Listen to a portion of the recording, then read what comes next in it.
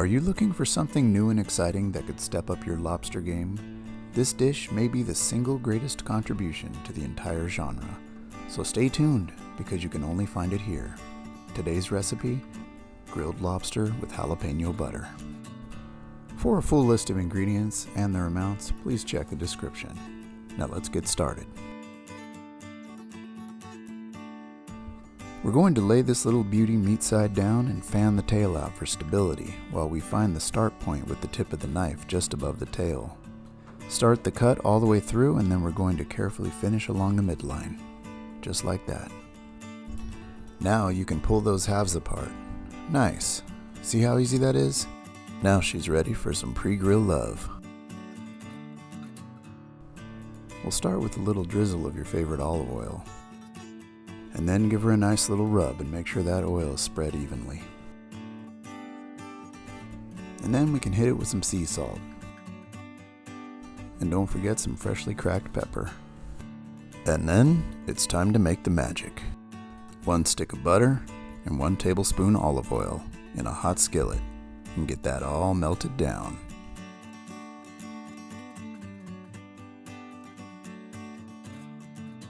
Next, we're going to add 2 cloves of minced garlic, 1 tablespoon of minced shallot, and then we'll give it a stir for about a minute. And then comes the most important ingredient, 1 sliced jalapeno.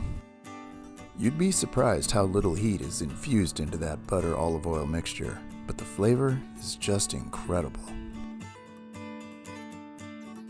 Very nice. Just when those jalapenos and the garlic and the shallot start to brown, then we're going to add our lemon and lime juice mixture.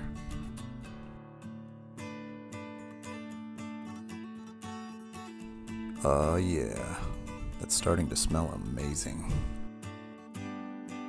And finally, we're going to drop in some chopped cilantro and finish letting everything brown. Ugh, sweet nectar. It truly is the butter that makes it better with this dish. After about 5 more minutes, when everything is cooked down, we're going to pluck out those jalapenos and set them aside for later.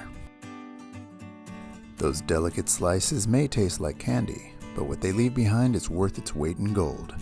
Decadent, silky, with all that jalapeno flavor and just a whisper of heat. Now grab those tails and let's get them on the grill. We're going to lay the meat side down, and just a tip, a little nonstick spray isn't a bad idea. About 4 minutes at 350 degrees, and then it's time to give them a turn. That nice red color is what you're looking for. Once you get them all laid out nice and flat, it's showtime. We're going to spoon some of that butter all over those tails. Baste them like you mean it. 4 minutes later, they are cooked to perfection. The smell of butter and garlic with that hint of jalapeno is enough to make you want to eat them right off the grill. But just wait, we're about to go all the way with these beauties. Start by arranging them on some nice dinnerware that make the colors pop. And just a quick FYI about grilling citrus, not only does it add smokiness, but it makes the fruit juicier. Now, I guarantee whether you are a lobster connoisseur or on the fence and consider yourself more of a crab lover, this recipe will open your eyes as well as turn heads when served to guests. Come on now, doesn't that make your mouth water? This isn't your average tail.